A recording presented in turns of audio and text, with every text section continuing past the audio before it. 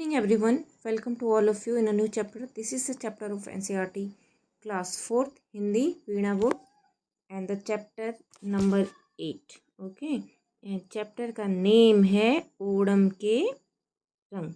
ठीक है. ओके, चलिए पढ़ते. ओणम क्या है? ओणम कोई जानता है?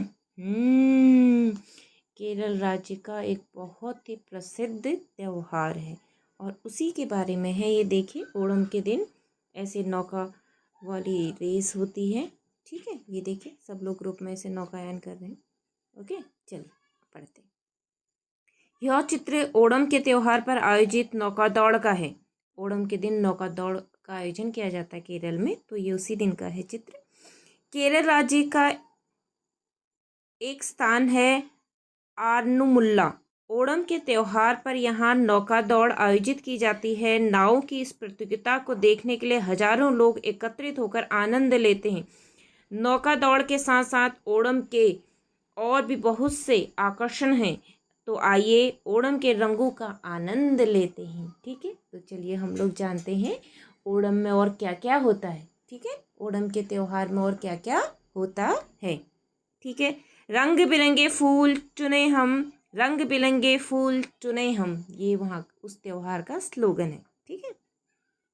सुबह सुबह बच्चे नहा धोकर हाथ में टोकरी लिए लाल पीले सफ़ेद फूल तोड़ने के लिए बाग बगीचों में निकल पड़े. सूर्योदय होते ही बच्चों ने अपने अपने घर के आंगन को गोबर से लीपा और फिर आंगन में पुक्कलम फूलों की रंगोली बनाई. इसी के साथ केरल में ओणम का त्यौहार शुरू हो गया. ठीक है.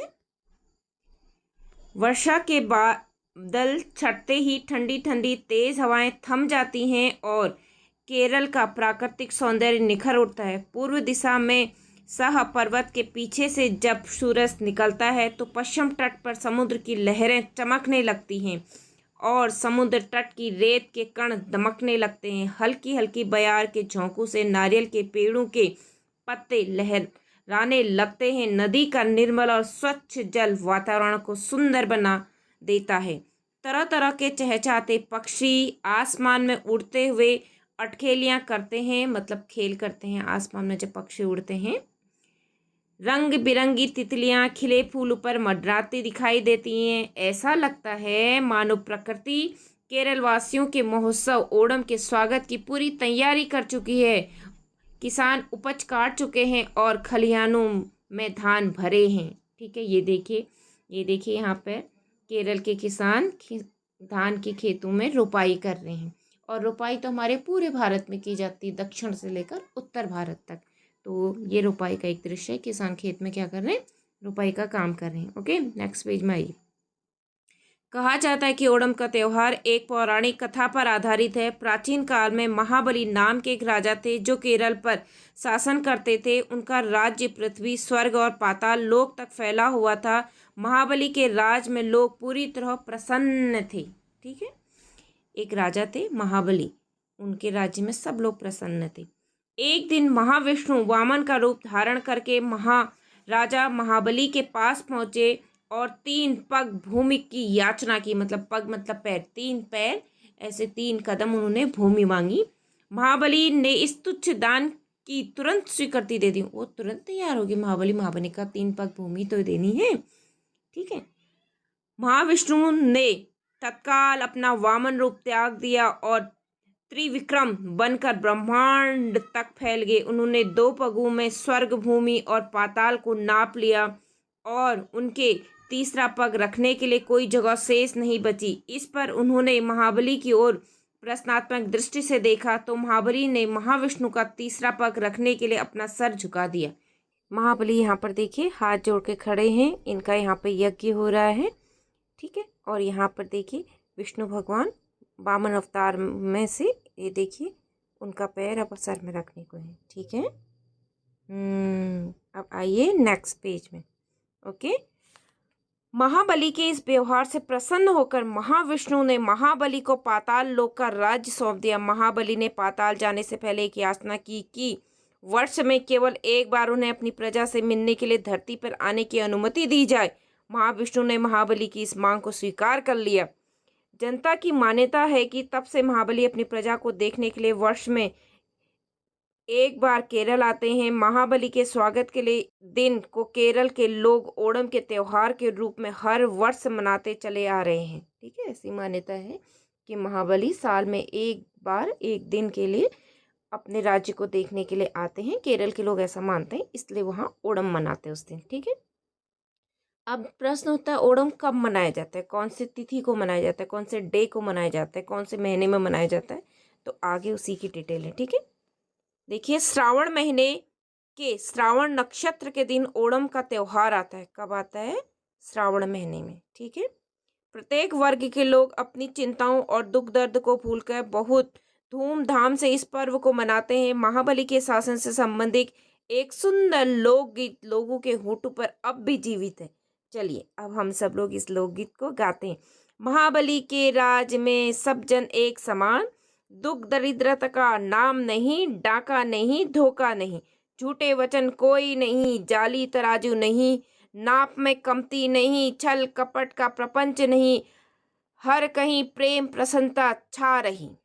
ठीक है, ये एक लोकगीत है वहाँ का, केरल का। केरल निसंदेह केरल के अपनी भाषा में होगा, मलयालम में, तो उसमें गाया जाता है, हिंदी में अनुवाद किया गया है। ठीक है, ठीक है, तिरुवोणम के दिन बड़े सवेरे सब लोग महाबली के स्वागत के लिए तैयार हो जाते हैं। घर का हर सदस्य परिवार के मुखिया के हाथों से नए कपड़े लेकर पहनता है। फिर सभी लोग ओणम मनाने की तैयारी में जुट जाते हैं, जैसे फूल एकत्र करना, विष्णु और महाबली की मूर्तियां सजाना आदि। इन मूर्तियों के सामने ऊंचे ऊंचे दीपदान जलाकर रखे जाते हैं। चावल के आटे और नन्हे नन्हे सफेद द्रोण पुष्पों से मूर्तियों को सजाया जाता है। ओणम के भोज में चावल, सब्जियां, खीर, पापड़ और कई प्रकार के स्वादिष्ट फल होते हैं। ओणम के उपलक्ष्य में विशेष प्रतिभोज आयोजित किए जाते हैं। प्रतिभोज के बाद लोग अपनी अपनी रुचि के अनुसार खेल कूद, कविता प्रसंग, संगीत, नृत्य में हिस्सा लेते हैं। केरल के विशेष खेलों जैसे तलपंतुकली और किलिट्टुकली में तथा ताश, शतरंज आदि में पुरुष रुचि रखते हैं। ओणम के त्योहार का प्रमुख आकर्षण नौका विहार है। आरनमुला नामक स्थान पर नावों की प्रतियोगिता देखने के लिए हजारों लोग इकट्ठा हो जाते हैं। केरल में कई जगह सुप्रसिद्ध नृत्य कथकली का भी आयोजन होता है। महिलाओं और लड़कियों ने अपने नृत्य और खेल होते हैं, जैसे तिम्बुल तुल्लल तुल्लल, कैके कैकोटी टटकली, झूला झूलना। ठीक है, ये उनके मलयालम भाषा के शब्द हैं। विश्वास किया जाता है कि तिरुवोणम के तीसरे दिन महाबली पाताल लोक लौट जाते हैं, इसलिए तिरुवोणम के दिन आंगन में बनाई गई कलाकृति महाबली के चले जाने के बाद ही हटा दी जाती है। केरलवासी बीते हुए ओणम की मधुर यादें और अगले ओणम की प्रतीक्षा के साथ साथ अपने कार्यों में लग जाते हैं। ठीक है, ये है ओणम के बारे में जानकारी।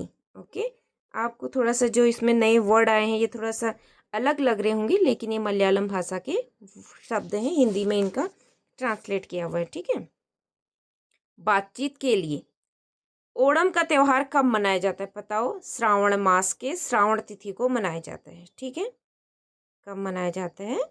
श्रावण मास के श्रावण तिथि को। ठीक है, ओणम का त्यौहार किस पौराणिक कथा पर आधारित?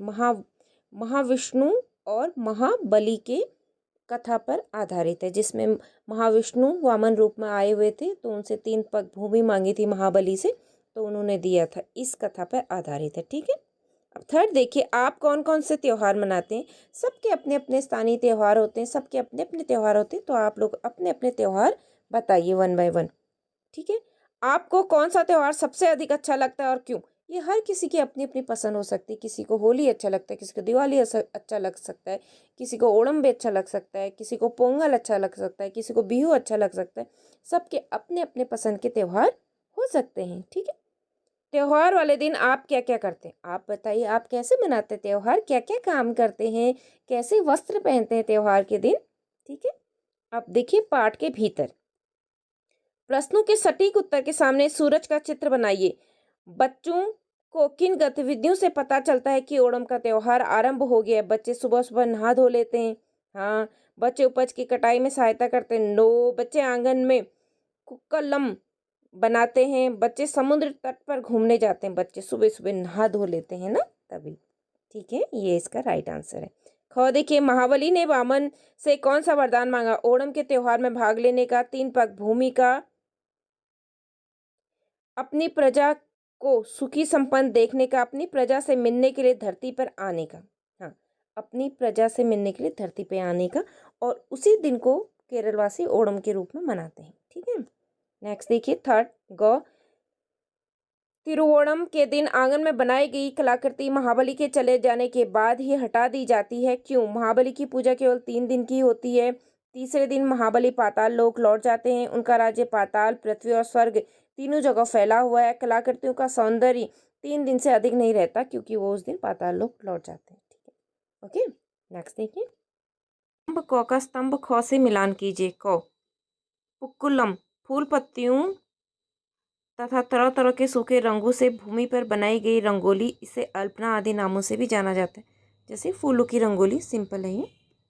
द्रोण पुष्प, इसे गोफा, गुफा जैसे नामों से भी जाना जाता है। यह औषधीय पुष्प वर्षा ऋतु में फलता फूलता है। इसके पौधे की गांठों पर सफ़ेद फूल के गुच्छे होते हैं। ठीक है, तल पंतुकली, इस खेल में नारियल के पत्तों से बनी गेंद, जैसे स्थानीय भाषा में पंथु कहा जाता है, एक दल के खिलाड़ी द्वारा अपने सिर के ऊपर से फेंकी जाती है और दूसरे दल के खिलाड़ी उसे लपक कर पकड़ते हैं। ठीक है, अब आइए, त्रिविक्रम, विष्णु भगवान का नाम है त्रिविक्रम। कोटुकल्ली, कोटुकल्ली मतलब इस कोटुकल्ली का ये है, यह तिरुत्तिकल्ली नृत्य रूप का दूसरा नाम है। इस नृत्य में हाथ द्वारा ताली बजाकर ताल देने का विशेष महत्व है। यह नृत्य मुख्यतः महिलाओं द्वारा खेला जाता है। किलिट्टुकल्ली, इस खेल में भूमि पर आयताकार आकृति बनाई जाती है। इसे लंबाई में पंक्ति खींचकर 5 भागों में विभाजित किया जाता है। सभी खिलाड़ियों में से एक खिलाड़ी को कीली की भूमिका दी जाती है। निम्नलिखित प्रश्नों के उत्तर अपनी लेखन पुस्तिका में लिखिए। ओणम के भोज में कौन कौन से भोज्य पदार्थ बनाए जाते हैं? किसी एक भोज्य पदार्थ के बारे में विस्तार से लिखिए। अब आपने बहुत सारे भोज्य पदार्थ बनाए जाते हैं, आप उनमें से कोई भी एक भोज्य पदार्थ के बारे में लिख सकते हैं विस्तार से। ठीक है, अपनी लेखन पुस्तिका में। अब वीडियो में लिख के फिर शॉर्ट वीडियो में डाल दूंगी। ओके, आपके राज्य में कौन सा त्यौहार विशेष रूप से मनाए जाते हैं? इन त्योहारों की कौन सी बातें ओणम से मिलती जुलती हैं, ये आपने खुद तुलना करनी है। ओणम में गाए जाने वाले लोकगीत महाबली के शासन की किन विशेषताओं का उल्लेख करते हैं? कि वहाँ पर अनुशासन वाला शासन था, कोई किसी से छल कपट धोखा नहीं करता था, और अच्छा सुयोग्य शासन महाबली ने वहाँ पर किया था। ठीक है, पाठ में गौ देखिए, पाठ में आए किस उल्लेख के आधार पर कहा जा सकता है कि महाबली अपनी प्रजा से बहुत प्रेम करते थे? उन्होंने अपने राज्य में एक अच्छा शासन चलाया था, और जब लास्ट समय पे उनकी इच्छा मांगी गई, जब उनको पाताल लोक भेजा गया, तो उन्होंने यही इच्छा करी कि वो अपनी प्रजा को देखने साल में एक बार धरती में आना चाहेंगे। ठीक है, अणव देखिए, पाठ में आए किन बातों से पता चलता है कि प्रकृति भी ओणम के स्वागत की तैयारी करती, क्योंकि प्रकृति हरी भरी हो जाती है, फूलों से भर जाती है, और पूरे किसान जो है अनाज काट के, फिर अनाज को मतलब अच्छे से काट के अपने घर में ले आते हैं।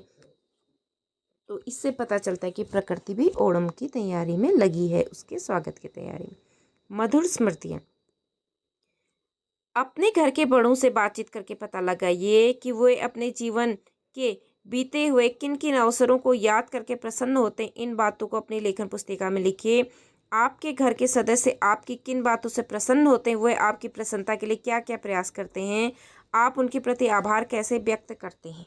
ठीक है, ये आपने अपने घर के बड़ों से पूछना है। देखिए, अब आइए हमारे देश के नृत्य।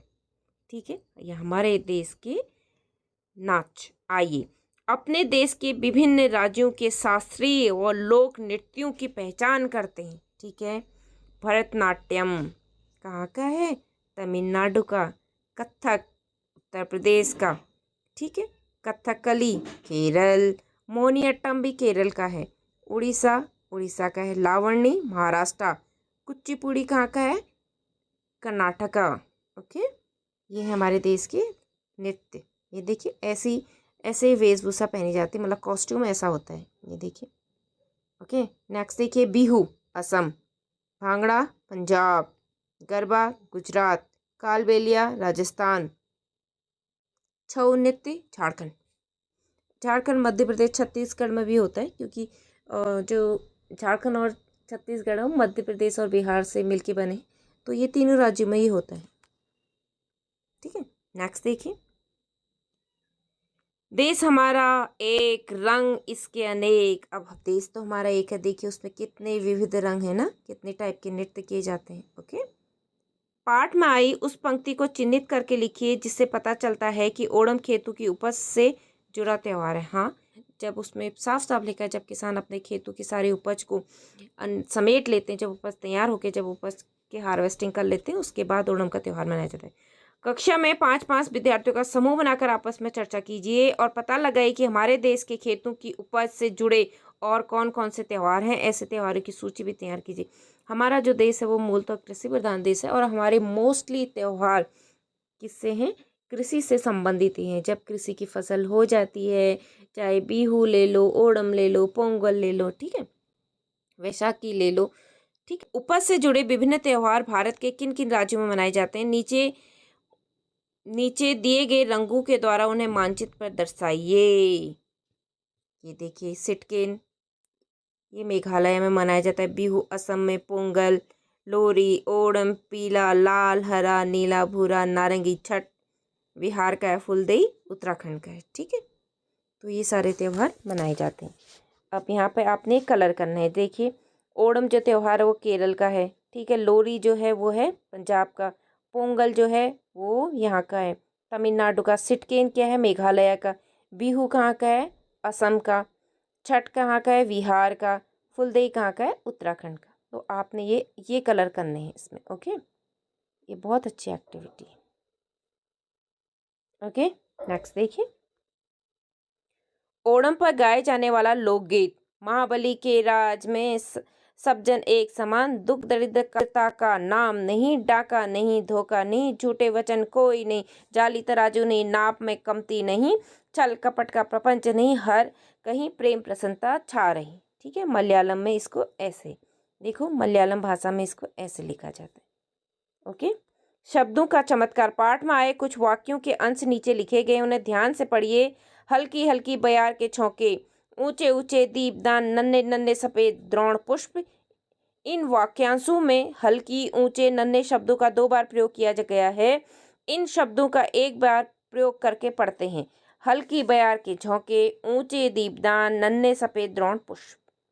जब भी किसी शब्द का 2 बार इस्तेमाल हो जाता है तो उसके अर्थ में परिवर्तन आ जाता है। ठीक है, अब देखिए, अपने सहपाठियों से चर्चा कीजिए कि विशेषता बताने वाले शब्दों का एक साथ 2 बार प्रयोग करने से वाक्य में किस प्रकार का विशेष प्रभाव उत्पन्न होता है। आप भी ऐसे कुछ वाक्य लिखिए। ठीक है, नीचे दिए गए वाक्यों में रेखांकित शब्दों पर ध्यान दीजिए। पूर्व दिशा में सहसा पर्वत के पीछे से जब सूरज निकलता है तो पश्चिम तट पर समुद्र की लहरें चमकने लगती हैं। ठीक है, अब ये चमकने यहाँ पर है, अब हमें इसको ध्यान रखना है चमकने पर। खौ देखिए, रंग बिरंगी तितलियां फूलों पर मंडराती हैं। ये मंडराती यहाँ पर अंडरलाइन है, तो हमें ये ध्यान रखना है। गौ देखिए, वर्षा के बादल छटते ही ठंडी ठंडी तेज हवाएं थम जाती हैं। यहाँ पर थम अंडरलाइन है, तो हमें थम को ध्यान रखना है। उपयुक्त वाक्यों में चमकना, मंडराना, थमना शब्दों का प्रयोग करते हुए अपनी लेखन पुस्तिका में वाक्य बनाइए। तो ये बहुत सिंपल है। जैसे सूरज आज बहुत तेज चमक रहा है और तितलियां फूलों पर मंडरा रही हैं, बारिश थम गई है, सिंपल से।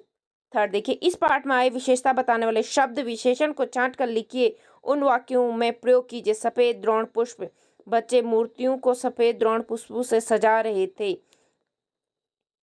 ठीक है, बच्चे नहा धोकर तैयार हो गए थे। महिलाओं ने घरों के आगे फूलों की रंगोली बना ली थी।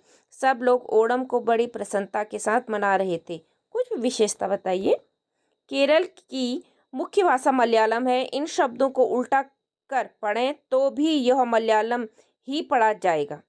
हाँ ये है मलयालम, यालम, चाहे तो हम इसको उल्टा लिखें या सुल्टा करें, ये दोनों केस में यही है। ऐसे और भी शब्द हैं जो आगे पीछे पढ़ने पर एक समान रहते हैं, जैसे सरस, जहाज। आप भी 5-5 की टोलियों में ऐसे शब्द खोजिए। त्योहार और सामूहिकता। इस पाठ को पुनः पढ़िए और इन पंक्तियों को चिन्हित कीजिए जिससे यह भाव निकलता है कि त्योहार मिलजुल कर मनाए जाते हैं। आपके विद्यालय में वन महोत्सव का आयोजन किया जाना है। इस आयोजन का संपूर्ण उत्तरदायित्व तो आपकी कक्षा को दिया गया है। ख सभी सहपाठी मिलकर योजना बनाएं कि वन महोत्सव के आयोजन हेतु क्या क्या किया जाएगा। ख वन महोत्सव में अभिभावकों को आमंत्रित करने के लिए आमंत्रण पत्र तैयार कीजिए। अब देखिए नीचे दिए गए स्थान पर रंगोली बनाइए। पुक्कलम, ठीक है, यहाँ पर आप रंगोली बना सकते हैं, कुछ भी ऐसे ऐसे करके रंगोली बना सकते हैं। ओके। 4 देखिए, आप अपने विद्यालय में आयोजित उत्सवों में किस प्रकार योगदान देते हैं। आपने अपनी बात लिखनी। जब भी विद्यालय में कोई फंक्शन होता है तो आप कैसे उसमें पार्टिसिपेट करते हैं या कैसे उसमें कुछ भी आप योगदान देते हैं अपना, यह भी जानिए। नीचे दिए गए बिंदुओं के आधार पर केरल के बारे में अध्यापकों और पुस्तकालय की सहायता से कुछ और जानकारी जुटाइए, जैसे शास्त्रीय नृत्य मोहिनीअट्टम और कथकली है। भाषा मलयालम। परिधान वो लुंगी पहनते हैं और महिलाएं साड़ी पहनती हैं। मुख्य फसल धान। राजधानी कहाँ है उसकी, तिरुवनंतपुरम। त्यौहार ओणम सीमांत प्रदेश है, यहाँ पे कर्नाटक है, तमिलनाडु से भी मिला हुआ। ओके। 2 देखिए, वामन शब्द का प्रयोग सामान्यतः छोटे कद के व्यक्तियों के लिए किया जाता है। महाबली ने संभवतः विष्णु के वामन रूप को देखते हुए उन्हें 3 पग भूमि दान देने का निर्णय किया होगा। हम भी किसी के शारीरिक रंग रूप को देखकर उसकी क्षमता के बारे में विशेष धारणा बना लेते हैं, जो हमेशा सही नहीं होती। कुछ ऐसे व्यक्तियों के बारे में पता कीजिए और उनकी एक सूची बनाइए जिन्हें अपनी शारीरिक अक्षमताओं के पीछे छोड़ते हुए एक बड़ी उपलब्धि हासिल की है। ठीक है, तो ये चैप्टर होता है हमारा यहीं पर complete. Thank you for watching everyone. मिलते हैं नेक्स्ट वीडियो में, तब तक के लिए जय हिंद। ओके।